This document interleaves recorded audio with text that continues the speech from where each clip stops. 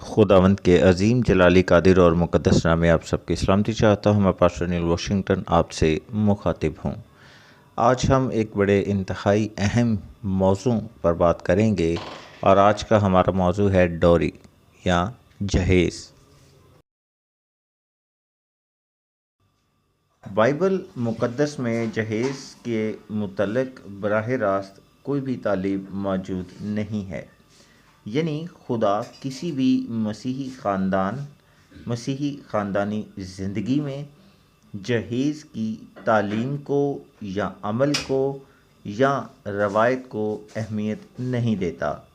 خاندانی تعلیم میں صرف خدا، محبت، قربانی، احترام اور جذبات ہمدردی کو اولین ترجیح دیتا ہے، جیسا کہ خداوند کے کلام میں آپ پڑھ سکتے ہیں۔ افسیوں کے نام خط 5 باب اس کی 25ویں آیت اور اس کی 33ویں آیت۔ یاد رکھیں کہ جہیز کو لازم قرار دینا بائبل مقدس کا مقصد نہیں ہے، بلکہ شادی سے پہلے یا بعد میں مل کر ازدواجی و سماجی طور پر مل کر کام کرنا اور ضروریات زندگی کو پورا کرنا ہے۔ تو میرے عزیزو، کتاب مقدس میں پیدائش کی کتاب 34ویں باب کی 12ویں آیت میں آپ کو مہر اور جہیز کا ذکر ملتا ہے۔ آپ اسے مہر بھی کہہ سکتے ہیں۔ یہاں پر مہر کسی چیز کی قیمت لگانا، ٹھہرانا یا ادا کرنا ہے، اور تحفے تحائف یعنی جہیز جو ہے وہ اس کی صورت ہے، یعنی قیمت تحفوں کی صورت میں ہے۔ تو یہاں پر آپ جہیز اور مہر کو الگ نہیں گردان سکتے، بلکہ تحفے تحائف کی صورت میں بھی جہیز نظر آتا ہے۔ اے میرے عزیزو، آج مرد مہر دیتا ہے، کس کو؟ بیوی کو، اور جہیز بیوی دیتی ہے اپنے شوہر کو یا مرد کو۔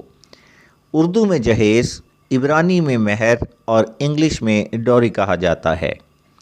بائبل مقدس میں 2 الفاظوں کا استعمال ہوا ہے، مہر اور جہیز، جو ایک ہی ہیں۔ ربکا کے متعلق کتاب مقدس میں ہم پڑھتے ہیں کہ ابراہیم نے اپنے بیٹے کی طرف سے تحفے تحائف جو ہیں وہ ربکا کے گھر والوں کو بھیجے، یعنی ڈوری۔ وہ وہاں پر لڑکی والوں کو جہیز دے رہا ہے، رحل۔ یعقوب نے اپنا مہر محنت کی صورت میں ادا کیا، راحل اور لیا سے جب اس کا بیاہ ہوا، میکل۔ ساؤل نے داؤد سے بیٹی کے لیے مہر لیا، کس صورت میں؟ جنگ یا بدلے کی صورت میں، دینا کے بھائیوں کو اس مرد نے جو اسے ورغلا کر لے گیا تھا اسے مہر دینا چاہا، اور جہیز یعنی خوشی سے تحفے دینے کی کوشش کی۔ کس نے؟ مرد نے۔ تو اے میرے عزیزو، مہر کا مطلب کیا ہے؟ اس کا مطلب ہے ملکیت، خریدنا، ٹھپا لگانا یا مہر لگانا، بند کر دینا یعنی سیل کر دینا، یا قبول کرنا۔ جہیز کا مطلب کیا ہے؟ جہیز کا مطلب ہے تحفے۔ مرد بیوی کو مہر دے کر اپنی بیوی بناتا ہے یا خریدتا ہے، قبول کرتا ہے، جیسے یسوع مسیح ہمارا دلہا ہے، اس نے ہمیں خون کی قیمت دے کر خریدا۔ دوسرا، مرد بیوی کو جہیز دیتا ہے، یعنی تحفہ یا تحفے دیتا ہے، اور تحفہ کوئی احسان یا کوئی پاجی نہیں ہوتا، بلکہ یہ دل سے ہے، محبت سے ہے۔ جیسے یسوع مسیح ہمیں نعمتیں اور تحفے دیتا ہے، کسے؟ اپنی دلہن کو، کلیسیا کو۔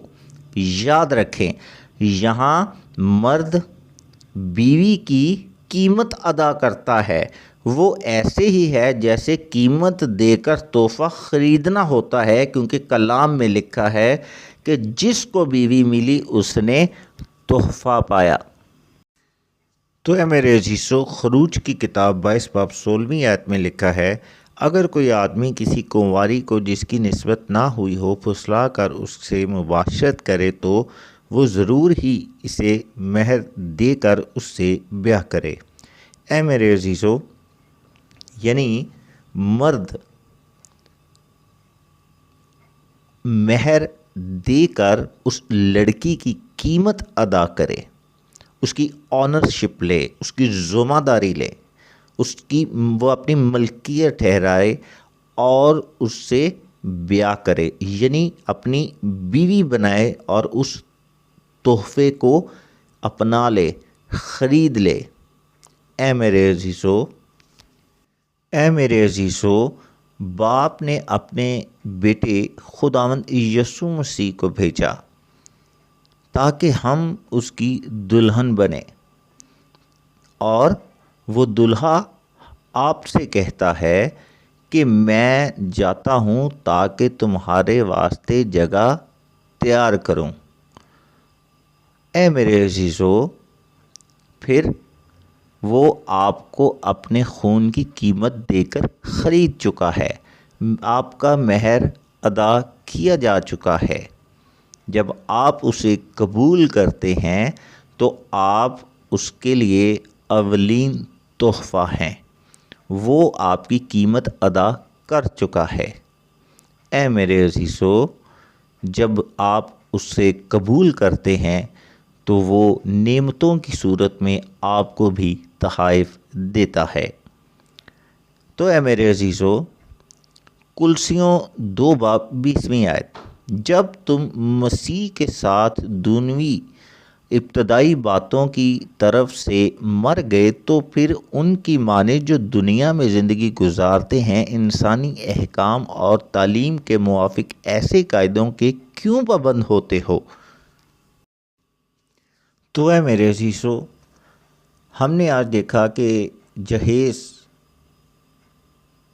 کے متعلق بائبل مقدس میں ہمیں کتنا خوبصورت مکاشفہ ملتا ہے، اور اس کا روحانی پس منظر کتنا ہی خوبصورت معلوم ہوتا ہے اور ہے۔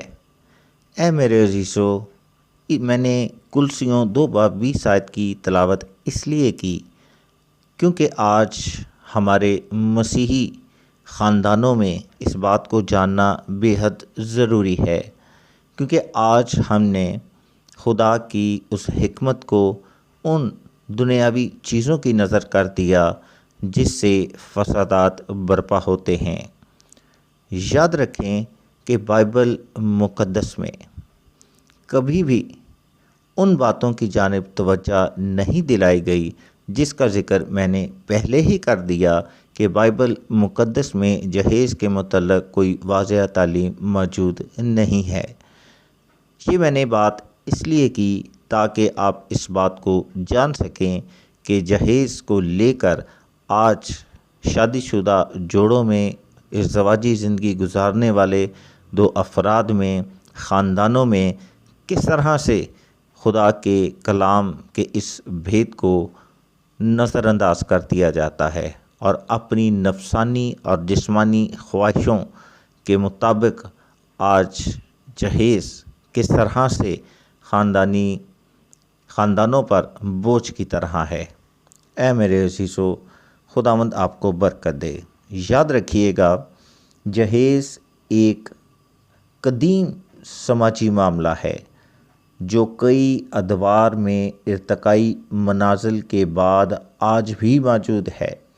قدیم زمانہ میں مصری، یونان اور روم میں جائیداد، گھر، پیسے، سامان اور برطانوی دور میں بھی جو ہے باقاعدہ طور پر یہ ثقافت کا حصہ بنا۔ یاد رکھیں کہ یہ کبھی بھی خاندانی روایات کے اندر بنیادی اہمیت کا حامل نہیں تھا، لیکن برٹین کے دور میں آپ سب جانتے ہیں کہ ہمارے ملک پاکستان میں، انڈیا میں، یہ تمام خطے پر جو ہے وہ برطانوی راج موجود تھا۔ تب جو ہے اس کی اہمیت جو ہے وہ بڑھی اور ہماری ثقافت کا حصہ بنی۔ گویا اس کا تعلق بہت امیر خاندانوں سے تھا، لیکن اسے غریبوں نے بھی اپنایا، اسے درمیانی طبقہ کے لوگوں نے بھی اپنایا۔ تو اے میرے عزیزو، آج پاکستان میں بھی اس کے خلاف قانون موجود ہے۔ یاد رکھیں، کوئی بھی ہماری مسیحی بہن